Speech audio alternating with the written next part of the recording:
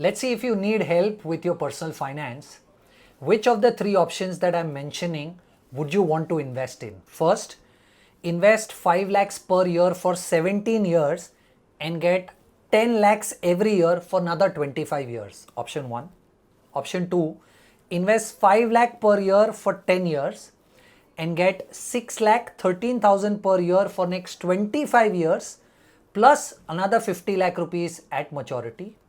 And the last one, invest 5 lakhs per year for 7 years and get 87.5 lakh at the end of the 20th year. Take a pause here.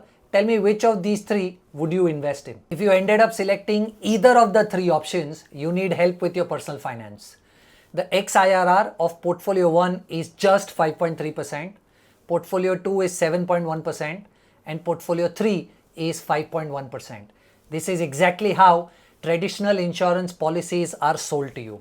So the next time when somebody gives you such option, the first question that you need to ask is, what is the XIRR of the portfolio before making any investment decisions? Thank you so much.